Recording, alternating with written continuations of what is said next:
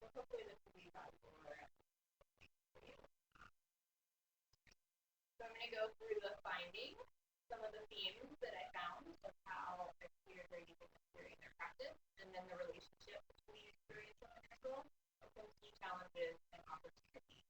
And my intention is to do some of this experientially, especially when I'm introducing some of the concepts of the theory that are a little more complex and you kind of need to have some familiarity with to go to the next level. So we're going to look at those first.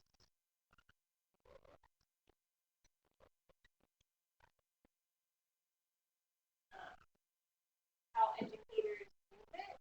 So as a tool, there's like specific methods that can be pulled from it. We're actually going to look at those first to give you an idea of what this theoretical thing I'm talking about is.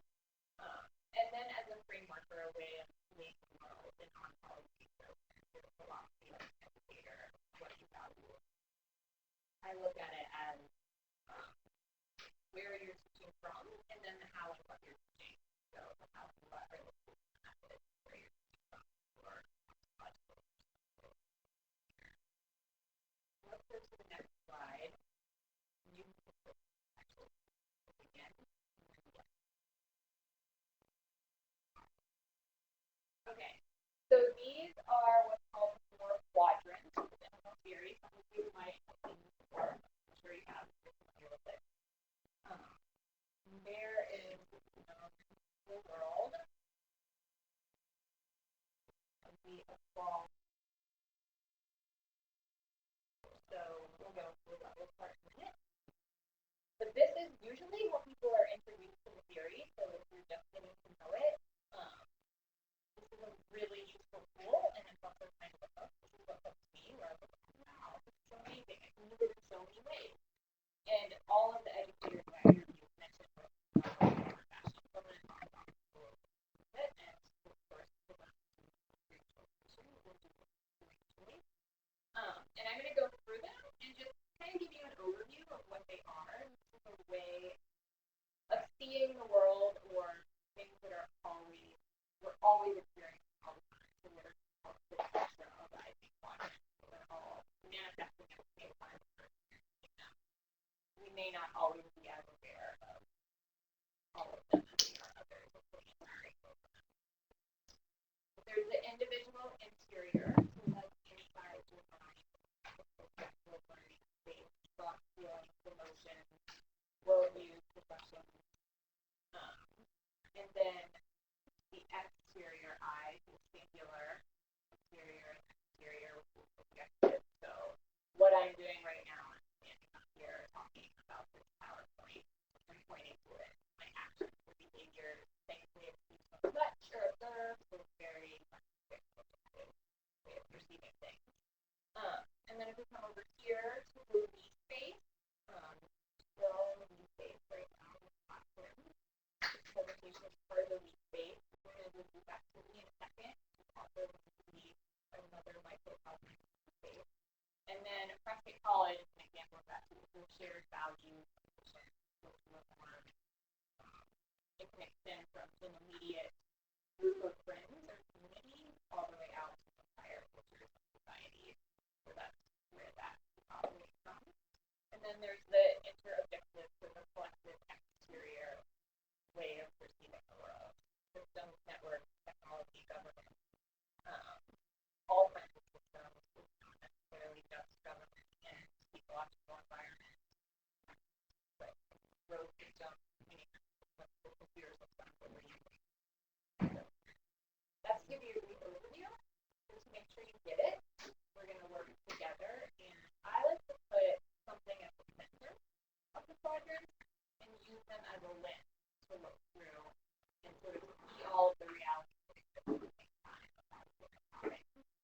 For all their colloquium, and I'm going to have you looking through to identify as many things or some things that you can think of collectively to represent your view from that quadrant about what's happening right now.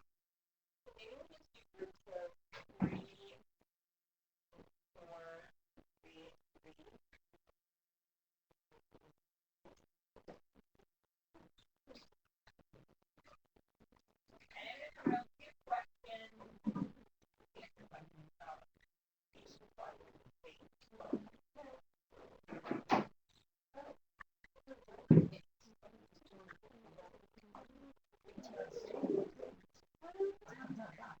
So you're writing basically looking at the through the lens of the quadrant. So you have individual.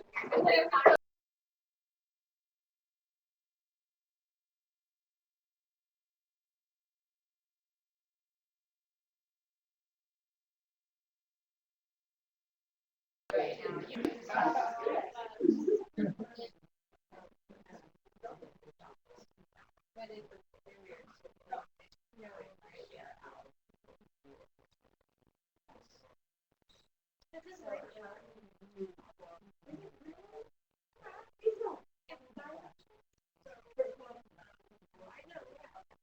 okay, emotions.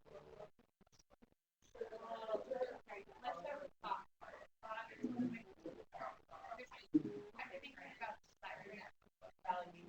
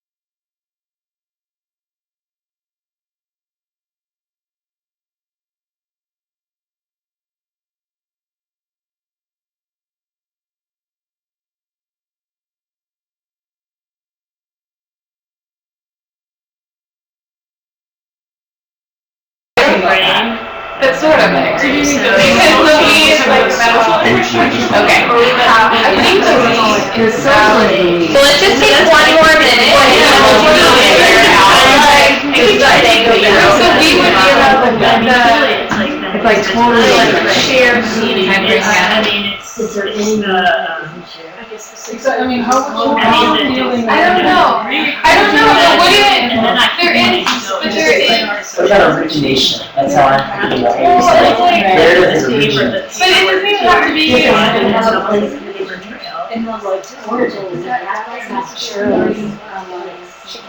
So an emotional response Oh, good, okay. has a chemical origination of brain and Your interaction, so maybe material scraps. yes. I was gonna say. Alright, so I'm gonna bring it back in and folks can refocus up front so you finish up your conversation. Maybe rearrange your spaces so you can see. Like the space effect too. Yeah, like did you have the interaction? But it's still inside.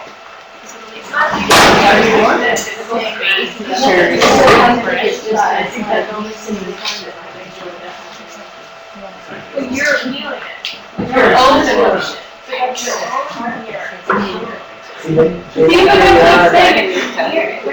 Okay. So who would like to start sharing? Who has the individual interior would be a good question. You can start there. You all do? I hear some questions popping up about is it just me or is it between us? It's kind of the beauty of the quadrants is it's all about interconnectedness. So if we kept them all separate, it wouldn't really be integral. So that's something you find once you can start identifying things in the quadrants, you see more and more lines going between them in all different directions, and that's let's look at what's in them so we can get an idea of how this quadrant analysis works. So what are some things you all put down for individual interior? So I would say that our conversation was about origination, Okay. and does something originate within us, or does it originate elsewhere and then come within us? So for instance, if we have an emotional response, did that emotional response start with a collective in the we space and then move to an individual space within us and actually then be a part of collective? Or did it start within us and then become part of collective? And I was saying, does that even matter though? Because you still are having your subjective I, and no output. No.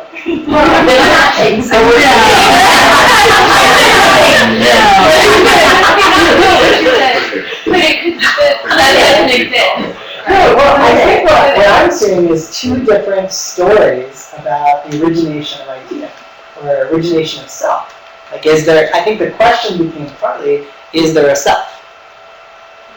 And if there isn't, Let's took it to a whole other level. if we're part of a collective global organism, for instance, then how do we define an I space? And on the other hand, perhaps origination is each us individually as a part of something larger. And as Cecil was sharing, right, that it started within me, right? Am I paraphrasing that? Sorry. No, that's okay. I was just saying that you could probably have, what I think is you would probably have your own emotional response that also affects the emotional responses of people outside of you. And so that also has a shared emotional response, but that everyone is also experiencing on two levels, I and we at the same time. Exactly. So I think that's totally in line with the theory. So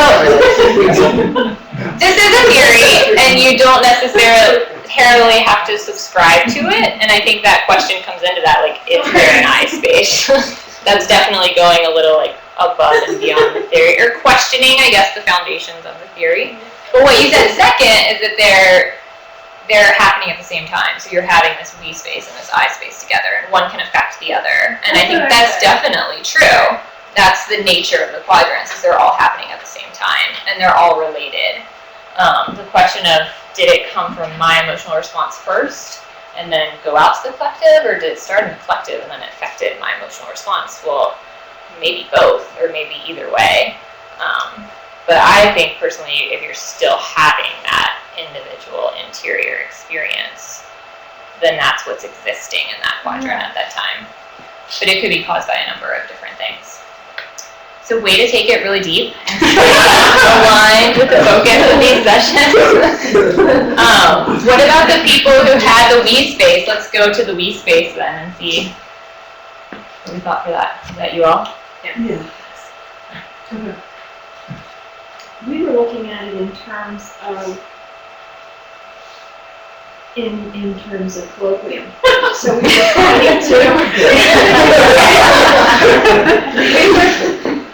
we didn't get to the I stuff. We were trying to identify specific things about us as a collective that was meaningful within this particular colloquium space. And the things that we got to basically had to do with, even though we're not all education majors, although maybe most of us in this room are, the value of education is a common collective thread. The other part that we identified was the theme of what this colloquium is supposed to be about, which is peace and justice, and how we learn about that and how we implement that in our practice outside of college. That's about as far as it goes. Nice. So yeah, there might be little nuances in there of how you enact that, but it's all shared value. Right. And also, and I'm new to this theory, so I don't know if this is right, but I'm experiencing, like people are saying, that they're energized, they're feeling personally energy and excitement and enthusiasm about being here, but that's coming from the energy of others. All of us. So that goes back to this first group's conversation, right? Yes, so it's a It very, can feed into, the collective can feed into the individual, right? Nice, thanks. there is no sharing without the individual. True, maybe because it is a group of individuals who are creating that energy What at did the you say, same time Patty? There's too. no sharing without the individual, right? What do you share? You're not sharing with yourself. Or can you? Let's go to the next one really quick. So who had the individual exterior? We did. What did you all have? Well, thankfully, we were dealing with more objective data. And so we made a list of things like I hiked, I ate food, I networked, I slept, I camped, I listened, I talked, I traveled, I sat, I drank. Actions and behaviors. Yes. Very good. We've done all of those things objectively. Thank you. And let's go to the last one with the it's. So the it's, we were trying to think about which systems were in place to make the colloquium happen, and so the college itself, Adobe Connect, sort of the World Wide Web, the high desert surroundings, degree requirements, thinking about the paperwork trail, the highly qualified status that is necessary in order to proceed in education, a set time frame, logistics, the certified lead buildings, which we're assuming we're in, but we may not be, but some kind of a green requirement to be on campus. Nice. That's it. Thanks. So I think I just want to bring it back to the first group for a second and point out that it's all of those things connected to each other that make this experience of colloquium what it is. And sometimes we might focus more on one, like we're feeling so energized because everyone around us is really inspiring at this colloquium. But there are all those other little facets, like someone with a computer making this come onto the screen, and what we're all individually experiencing, and then like the day-to-day getting to lunch and eating lunch and things like that. So, and that can all affect the other parts of the quadrants and kind of our mentality as well. So that's one way of using the quadrants. Actually, I've had several educators tell me they use it that way. It's called quadrivia. So you put a topic at the center and you use the quadrants as a lens to look at them. And I have seen, there's a couple examples I'll give you so you have something a little more tangible, ranging from someone using that in her class, a health and wellness educator, to examine stress and giving students a topic of stress and having them look at it through the quadrants and create questions of inquiry. So she's able to find out what they already know from each sort of perspectival zone, and then what they're interested in and don't know, as opposed to trying to teach all of these learning outcomes that maybe they already know half of them. So it helps her gauge where they're at on a certain topic that's like required for her to cover. And then I've also had another educator use it for an entire course, to shape an entire course on sustainability education, where she physically, and if we had more time, I would love to have done this, like physically sets the quadrants up in the room and has the students walk through them, and she explains them related to how we perceive sustainability or what affects sustainability as they walk through the quadrants, kind of expanding their thinking to it's not just technological fixes, or it's not just the way that I interact with the environment, and opens that learning space up, and then focuses a week on each quadrant, and the students do group projects where they look through the lens of that quadrant and present about something related to sustainability. So it can be used in a really structured way, and it can be used in a really broad way. We can go ahead to the next. This is just some other examples of uses. The one that I just showed you is a really common one that came up a lot in the research, structuring curriculum and syllabi. Also structuring of the learning space. So the sort of physical space and the cultural norms and classroom norms that get set up. And then also as a means of balancing polarities. So making sure that you are focusing on all relevant perspectives. And I've seen that done in my research institutionally, where one class, an environmental inquiry class, uses only qualitative methodologies in the class in order to balance the rest of the institutional system of science that he worked within, which was all objective methodologies. But then you can also use that sort of internally in your own teaching to make sure you're covering everything in one class.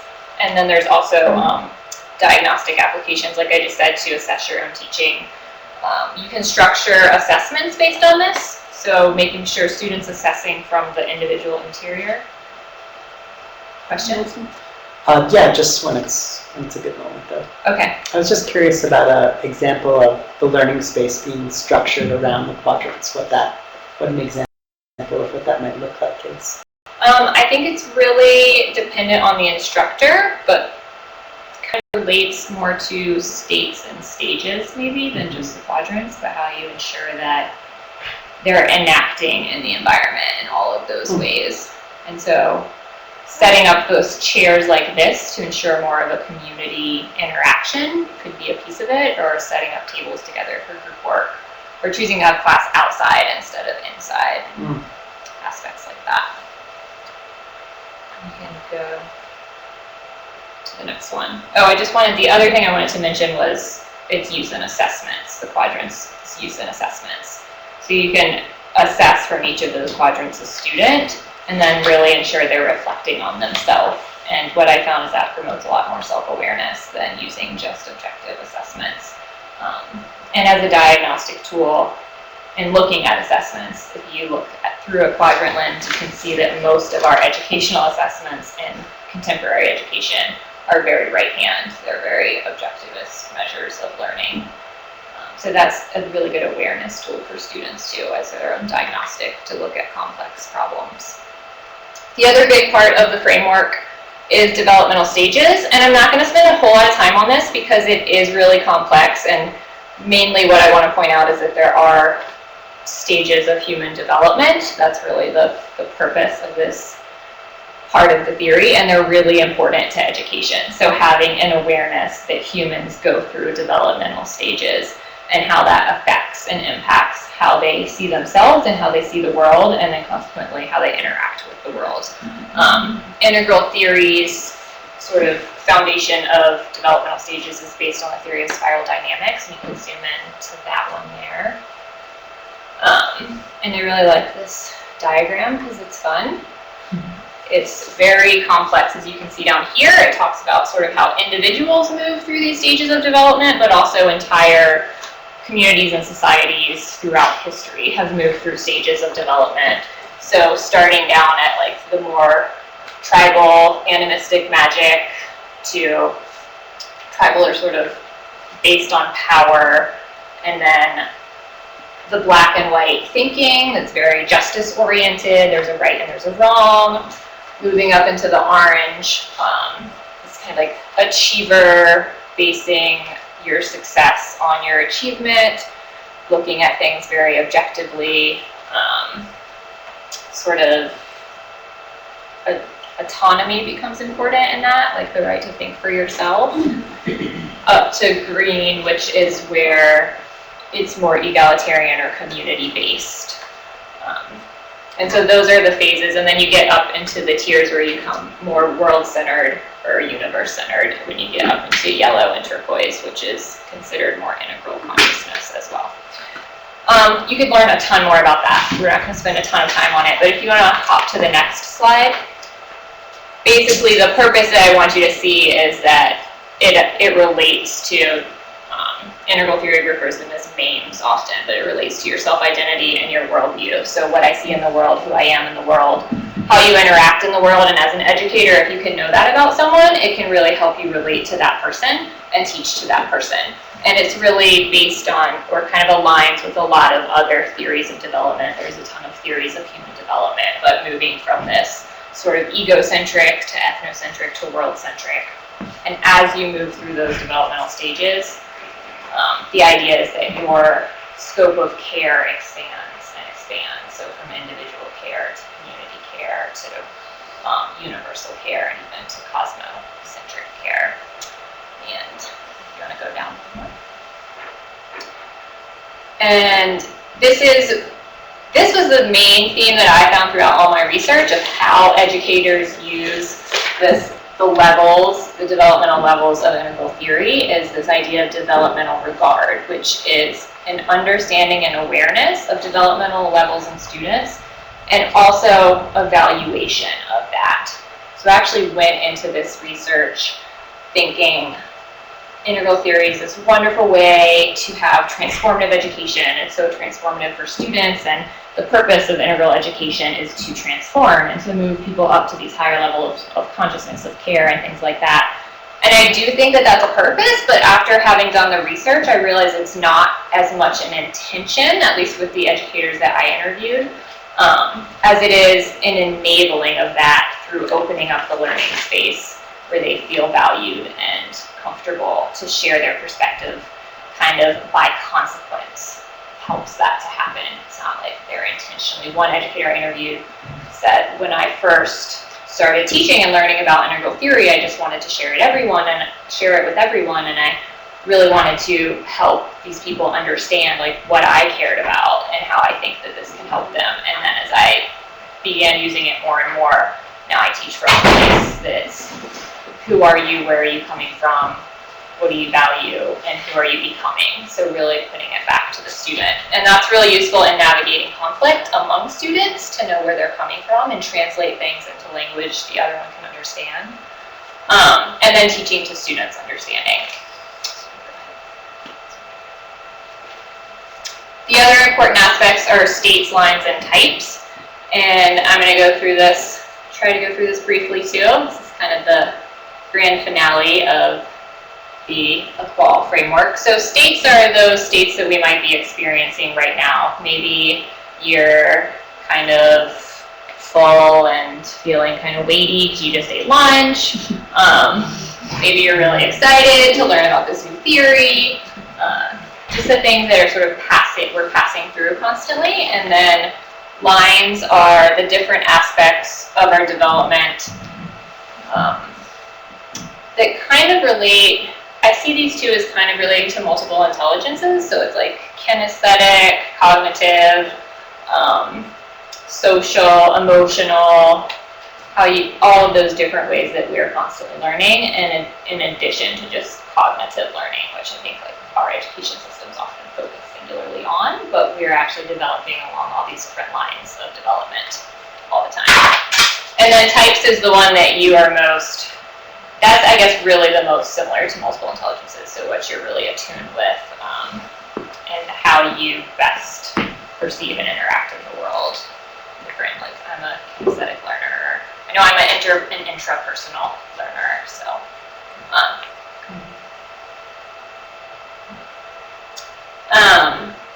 So this is really what I found as far as how educators enact integral theory in their own selves. So less of a methodological application and more of a ontological framework. Their presence and their pedagogy and how that has been impacted since using and learning about integral theory. And there's a few main themes that I'll talk about here. And I do want to point out the importance of this because I've definitely had some warnings about looking at the framework as just sort of an EQUAL checklisting where you look, okay, I've got all the quadrants, so I'm teaching integrally, or I know the developmental levels, I'm teaching to them, so I'm teaching integrally. There's actually something that's a little bit deeper that is the embodiment of the framework that I was talking about before. So you can take a look at what that means. Relationships and connections, so focusing on and emphasizing those, and you can really use the developmental framework in order to do that. That was a common theme, using developmental regard and awareness to inform relationships with colleagues, students, and then among students as well, so that conflict navigation. And then also the relationships and connections among content. So just like we were talking about with the quadrants, it's not everything in its particular quadrant. If we teach to each quadrant, then it's integral. It's looking at the connections between all the subject matter too, and constantly bringing that out to students that everything's interconnected.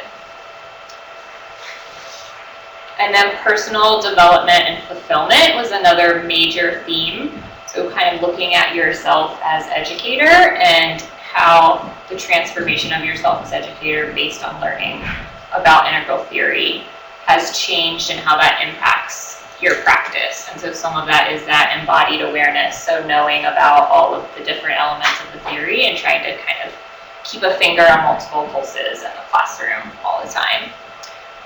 Awareness of the significance of all aspects of growth and development, so not just the cognitive learning outcomes, but how else you might be able to help your students, and really coming from a place of care so that you can help them be their best selves. And then fostering vertical growth. Vertical growth is stage growth as opposed to horizontal growth in integral theory, which is learning more content knowledge, learning more about a subject. So you're definitely growing, you're learning more. Vertical growth is when you're actually transforming and widening your scope of care, widening your perspective. And again, that's not something that I found to be really intentional and intentionally focused on in integral education, but sort of a consequential element of it. And then bringing balance. So to supplement the dominant approaches and perspectives, counter flatland thinking, that I mentioned that with the environmental inquiry course. So to bring those other aspects of important learning in, flatland thinking is just looking from the right-hand quadrant, so just looking from an objective perspective, which I think is so important. It's really important to me, and I think that's why I resonate with integral education so much, because it's very much focused on bringing in those interior dimensions of learning, other ways of developing. Addressing polarized thinking. So if we think back to that developmental framework of the black and white thinker, there's a lot of that, and that can cause a lot of conflict in classrooms when you're debating or talking about controversial issues. So that's one way of, if you're able to speak to people's understanding and bring in that interconnectedness piece, then you can help avoid polarized thinking. And then also the role of the teacher. So what I found with the role of the teacher is that it's really about striking a dynamic balance between the guide on the side or the sage on the stage. Have you ever heard those expressions before? It's used a lot with conservative and progressive pedagogies, and kind of a pendulum that can swing either way towards the sage on the stage of someone just standing up and being the expert and authority on something, and then someone who really sits back and lets the students take control. And so finding that dynamic balance where you can be a facilitator of learning and help students see things they might not be able to on their own, but also bringing yourself into the learning space and having this openness to not knowing and openness to what might present itself and how to react to that. And so all of those things together create this embodiment of the framework that I heard a lot about in my research. And so it's this ontology of wholeness that we just talked about with all those aspects, the quadrants, the stage and state awareness of this developmental framework, bringing that piece in. And these are just kind of some of the ways that educators enact that embodiment. So there's a large focus on pursuit of self-awareness and personal development as an educator. Spiritual practice, which we haven't talked about a lot yet, but that was definitely a resounding theme for a lot of my educators that I interviewed, that's been a really useful component for them, and they wouldn't be in the framework without it. The developmental regard, and then expanding that ethic of care.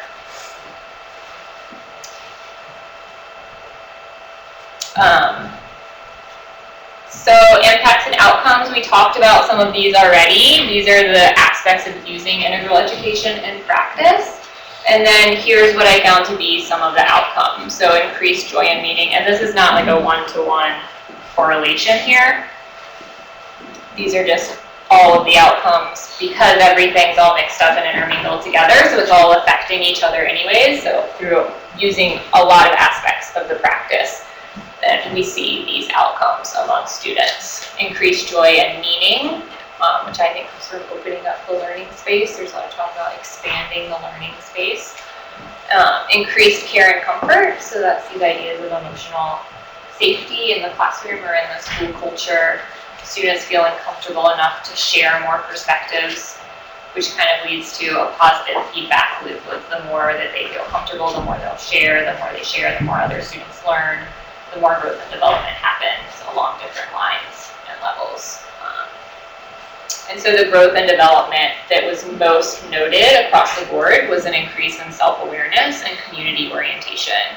And community orientation being the people within the immediate community, all the way out to students recognizing that their community is more than just people and includes the natural world and includes the universe and something beyond themselves. Go ahead. And then if you want to zoom in on that, you're not expected to read all of this, but the relationship between experiential and integral, the most important thing that I found is what this represents is it's sort of this Venn diagram where you can have an experiential practice that reaches up into integral depending on how it's enacted. So a lot of integral does cross over with experiential, but you can also have experiential learning that is not by any means integral and is really just that sort of action-based learning or going out and doing hands-on field work that's getting you out of the classroom, but it's not necessarily reaching into those other domains. And so I think a big difference is focusing on those interior domains and especially spiritual development and asking what impact can we have. So instead of just what does this mean, how can we actually affect this on a larger scale? That's it, first question. Yes. Maybe it's not so. What do you mean by spiritual? Like, when you were saying that was a huge thing from your interviews with people, right? Mm-hmm. And is that for them, or is that for the student? And is that just mean like more like an interior reflective? So I think it's different for each person what spiritual is to them. What spiritual is to them. And the integral framework really enables that personal choice of choosing a practice that you connect with, but it's this underlying theme of connecting with something greater or realizing that we're all connected. So this sort of theme of universal care. And that's the part that comes into the classroom in a spiritual component, but not any prescribed spirituality. So challenges and opportunities. I had one more activity we were going to do with experiential, but I think we're running out of time and I want to leave some more time for questions if people have questions. So complexity, obviously it's pretty complex. That was a lot of information that I just gave you all in a short amount of time. And that's a struggle with enacting integral education because some students are like, I have no idea what you're talking about. I don't want to know. One of the educators I interviewed said, some tools are only useful for certain jobs, and I think that's really true, and that's where this embodiment piece comes in. So instead of teaching this prescribed way of the theory or explicitly teaching and using integral theory, it's kind of using it in the way that you interact in the classroom might be more helpful in certain environments. Overarching cultural and structural constraints, we're probably all familiar with that in different ways from our own practices. What we can do is restricted often by the environment that we're working within.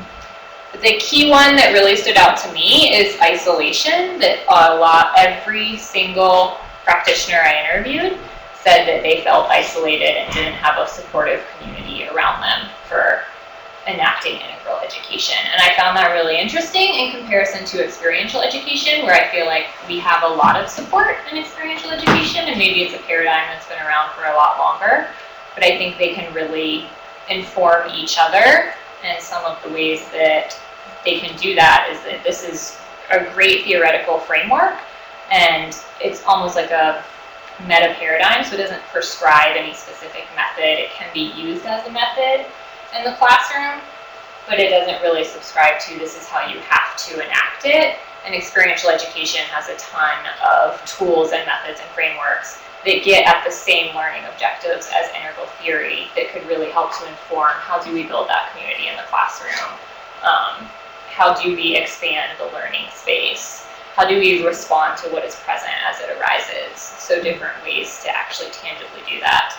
I think there's a really valuable connection between experiential and integral, and I think that if we could expand the experiential education paradigm to include integral and perhaps expand that community support system, then it could really benefit both worlds. So, I feel like I've been talking for a really long time. It's a lot of information. Does anybody have questions? Perfect time.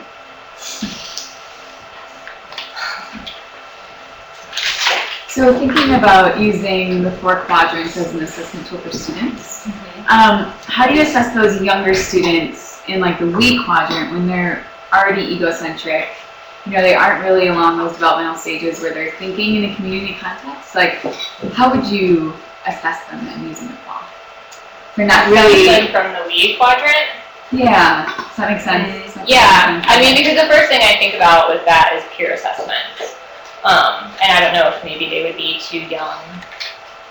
I don't really work with students that young, and that might be a part where some of the framework is hard to directly translate. So it might be more about creating the we space and more formative assessments of like how they're interacting with each other.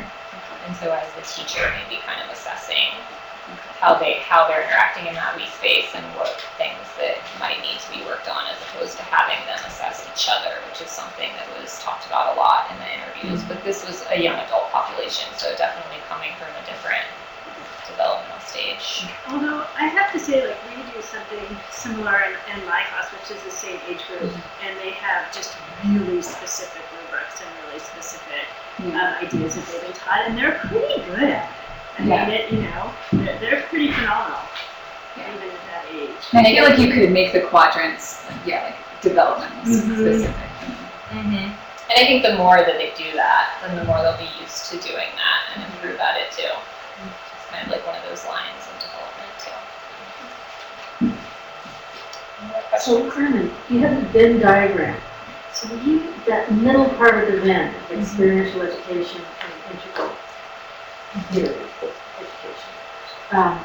Can you, in that middle part, give me one real-life example of where those overlap? Like, give me a story so I can visualize that. Sure. So I can give you a story from one of the participants who actually so that was really speculative. I'll start with this disclaimer. I didn't interview as many experiential educators as I did integral educators, so that was really kind of my reflection from what I've been studying.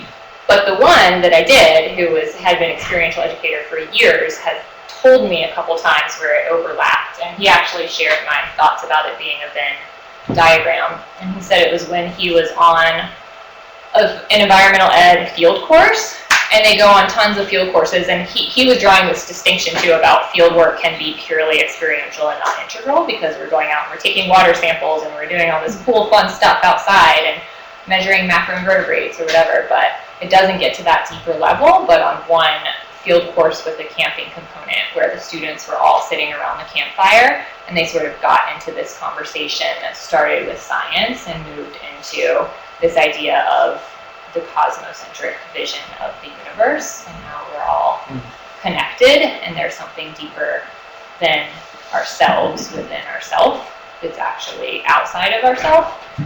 And it was himself and another environmental educator, and he was familiar with integral theory and had been practicing some of this stuff for a while. The other environmental educator wasn't, and he said they just shared this moment where they were like, something just happened there, and I don't know what it was, but something just happened, and it was so amazing for us and for all the students, and it was really transformative for him and his practice. For anybody that went on our little walk today, we had a QP presentation, and we had two groups. Remember, one trying to competitively put the ball in the hoop, and the other trying to work together in a way.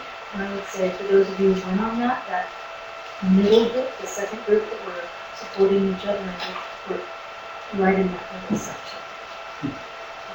Just to connect it back to the lead. Yeah, I would love to do more research. I think that's a next step of like looking through an integral lens at experiential education and seeing what pedagogies align and interconnect, and then looking at the learning outcomes from that. So according to this integral framework, what experiential ed or adventure ed practices are integral in practice. They might not have to know anything about integral theory, and they're still enacting some of these same principles.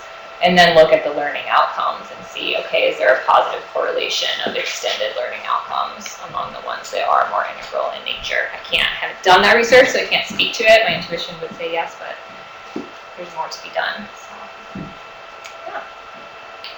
Thanks everyone for being part of it.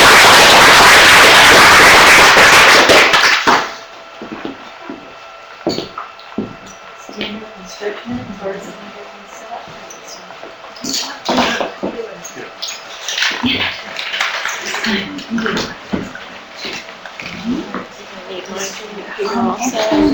have a presentation online, or is it? I think I'm set up so that I can use the other computer, because we want to be able to record your presentation as well. This one, I was able to go through that part of it, but I wasn't able to record what needed to, the actual presentation. So is it online, is it a PowerPoint, is it it's a PowerPoint? Okay, did you send it in already? Yeah, I don't know if she got my latest corrections or not. Okay, do you want to give me the new one?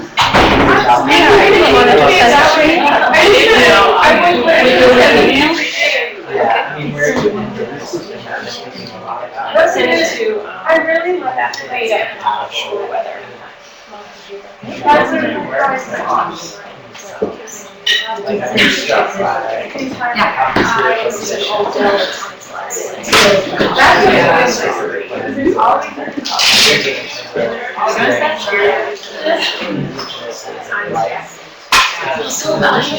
Every time, like. Yeah, we just probably spend 10 hours.